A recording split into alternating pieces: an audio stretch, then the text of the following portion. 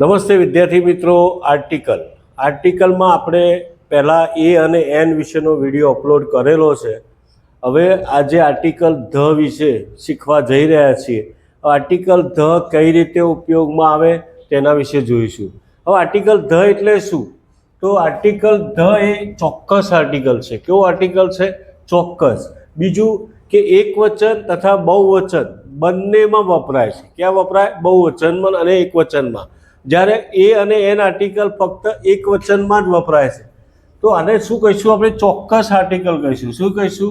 ચોક્કસ આર્ટિકલ એટલે ઇંગ્લિશમાં ડેફિનેટ આર્ટિકલ.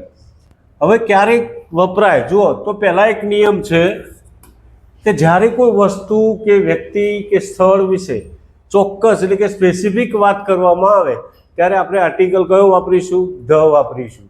તો અહીંયા લખો, જ્યારે પહેલો નિયમ છે કે જ્યારે કોઈ વસ્તુનો પહેલી વાર ઉલ્લેખ કરવામાં આવે ત્યારે આર્ટિકલ કયો વપરાય છે મિત્રો? એ અને એન વપરાય છે. પરંતુ તે જ વસ્તુનો ફરીથી ઉલ્લેખ કરવામાં આવે ત્યારે આર્ટિકલ ધ વપરાય છે. તો મિત્રો જુઓ એક્ઝામ્પલ, ધીસ ઇઝ ખાલી જગ્યા પેન અને ખાલી જગ્યા પેન ઇઝ ન્યૂ. તો જુઓ પહેલી વાર જ્યારે ઉલ્લેખ કર્યો છે પેનનો તો આર્ટિકલ કયો વપરાયો? અ પેન. તો શું થશે? This is a pen. પણ એ જ પેન નવી છે. કેવી છે? એ જ પેન નવી છે. તો ધ પેન ઇઝ ન્યૂ. તો અહીંયા બીજી વાર જે એનો ઉલ્લેખ કરવામાં આવ્યો ત્યારે આપણે એની આગળ કયો આર્ટિકલ વાપરીશું? ધ વાપરીશું. બીજી ખાલી જગ્યા છે કે ધેટ ઇઝ ખાલી જગ્યા અમ્બ્રેલા.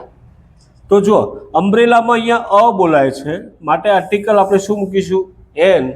તો ધેટ ઇઝ એન અમ્બ્રેલા. પણ એ જ અમ્બ્રેલા શું કહે છે? Is black. એ કાળી છે. પણ એ જ અમ્બ્રેલા માટે આપણે વપરાયું છે તો ફરીથી એનો ઉલ્લેખ થયો છે તો આપણે એની આગળ કયો આર્ટિકલ વાપરીશું? ધ વાપરીશું. મિત્રો બીજો નિયમ જોઈએ.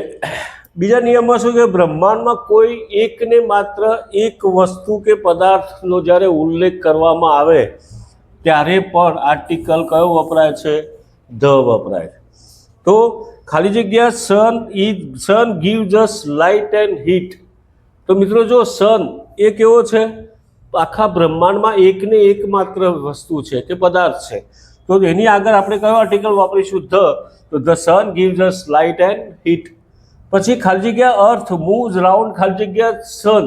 તો જો અહીંયા અર્થ પણ એક જ છે, આખા બ્રહ્માંડમાં પૃથ્વી એક જ છે અને સૂર્ય પણ એક છે. તો અહીંયા પણ આપણે ધ આર્ટિકલ વાપરીશું અને અહીંયા પણ ધ આર્ટિકલ વપરાશે. આગળ જોઈએ તો નિયમ છે એક બીજો કે નદી પછી સરોવર તેમજ પર્વતોની હારમાળા આ બધાની આગળ આપણે કયો આર્ટિકલ વપરાય છે? તો ધ વપરાય છે. કયો આર્ટિકલ વપરાય? ધ. તો જો નદી, તો ગંગા શું છે? એક નદીનું નામ છે તો ધ ગંગા. પછી વુલર સરોવરનું નામ છે તો ધ વુલર.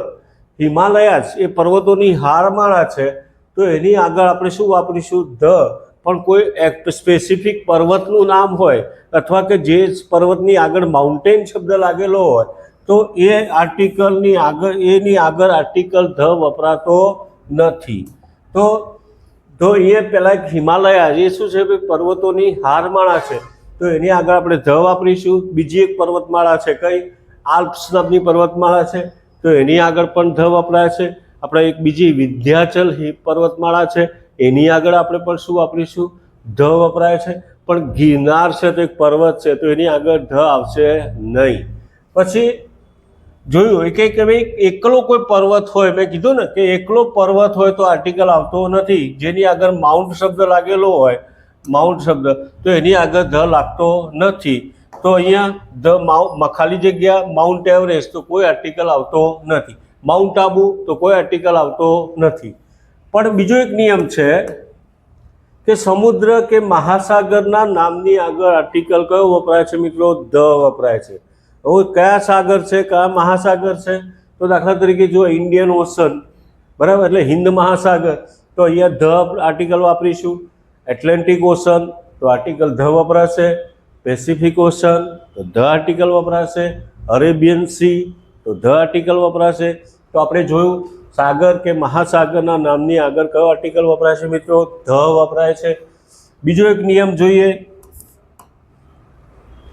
કે પવિત્ર ગ્રંથ તેમજ પ્રખ્યાત કોઈ પુસ્તકો હોય તો એની આગળ આપણે કયો આર્ટિકલ વપરાય છે? ધ. તો આપણા પવિત્ર ગ્રંથોમાં જુઓ તમે, એ ગીતા છે તો ધ ગીતા, બાઇબલ છે તો ધ બાઇબલ, કુરાન છે તો એની આગળ પણ ધ આપણે વાપરીશું, અવેસ્તા છે તો એની આગળ પણ આપણે ધ આર્ટિકલ વાપરીશું. આગળ જોઈએ તો કેટલીક દિશાઓના નામ હોય કે પછી ક્રમસૂચક શબ્દો હોય, એની આગળ પણ આપણે કયો આર્ટિકલ વપરાશે મિત્રો? ધ વપરાશે. દાખલા તરીકે આર્ટિકલ કયો છે મિત્રો? આર્ટિકલ ધ ક્યાં વાપરવાનો છે? અહીંયા નોર્થ છે. નોર્થમાં તમે જુઓ તો નોર્થ એ દિશાનું નામ છે, તો એની આગળ પણ આપણે કયો આર્ટિકલ વાપરીશું? ધ વાપરીશું. પછી અહીંયા જુઓ, ફર્સ્ટ એ ક્રમવાચક સંખ્યા છે અને ક્રમવાચક સંખ્યાની આગળ પણ આપણે કયો શબ્દ આર્ટિકલ વપરાશે? ધ. દાખલા કે વેસ્ટ તો પણ ધ. વેસ્ટ શું છે? દિશા છે. પછી ધ થર્ડ એ ક્રમવાચક શબ્દ છે, તો એની આગળ આપણે કયો આર્ટિકલ વાપરીશું? ધ વપરાશે. બીજું એક નિયમ છે કે સુપરલેટિવ ડિગ્રી. સુપરલેટિવ ડિગ્રી એટલે શ્રેષ્ઠતાવાચક ડિગ્રી, તુલના. તો એ જ્યારે સુપરલેટિવ ડિગ્રીમાં વિશેષણ હોય છે અને એ વિશેષણમાં કે વિશેષણને શું લાગેલું હોય? ઈએસટી પ્રત્યય લાગેલો હોય અથવા વિશેષણની પહેલાં મોસ્ટ શબ્દ લાગેલો હોય તો તેની આગળ પણ આપણે શું વાપરીશું? ધ વપરાશે. દાખલા તરીકે હાઈએસ્ટ. હાઈએસ્ટમાં અહીંયા જુઓ તમે, ઈએસટી પ્રત્યય લાગેલો છે તો ધ હાઈએસ્ટ. પછી મોસ્ટ એટ્રેક્ટિવ તો અહીંયા મોસ્ટ લાગેલું છે તો પણ એની આગળ કયો આર્ટિકલ વપરાશે મિત્રો? ધ વપરાશે. અહીંયા સ્ટ્રોંગેસ્ટ તો પણ શું કહે છે? ઈએસટી પ્રત્યય લાગ્યો છે તો આર્ટિકલ કયો વપરાશે? ધ વપરાશે. પછી વન ઓફ ધ, જ્યારે આવું વન ઓફ આવે અને પાછળ ઈએસટી વાળું હોય તો પણ આપણે કયો આર્ટિકલ? ધ વપરાશે. કારણ કે one of the most beautiful scene તો મોસ્ટ આવતું હોય, વન ઓફ ધ આવતું હોય તો પણ આપણે આર્ટિકલ ધ જ વપરાય. વન ઓફ આવે પાછળ મોસ્ટ આવે તો પણ એની આગળ આપણે આર્ટિકલ કયો વપરાશે? ધ વપરાશે. કોઈ શહેર હોય કે કોઈ દેશ હોય તો એની આગળ આપણે કોઈ આર્ટિકલ મૂકવાનો આવતો નથી. દાખલા તરીકે અહેમદાબાદ તો ધ અહેમદાબાદ લખાય નહીં. ઇન્ડિયા તો ધ ઇન્ડિયા લખાતું નથી. મિત્રો કોઈ ખંડ હોય, પેસિફિક ખંડ, કે ભાઈ દાખલા તરીકે એશિયા, બરાબર, આફ્રિકા, તો તમે એની આગળ ધ આર્ટિકલ વાપરી શકો. પછી કોઈ હિન્દુ જાતિ હોય, ધ હિન્દુઝ, ધ મુસ્લિમ્સ, તો એની આગળ તમે આ ધ આર્ટિકલ વાપરી શકો. બરાબર.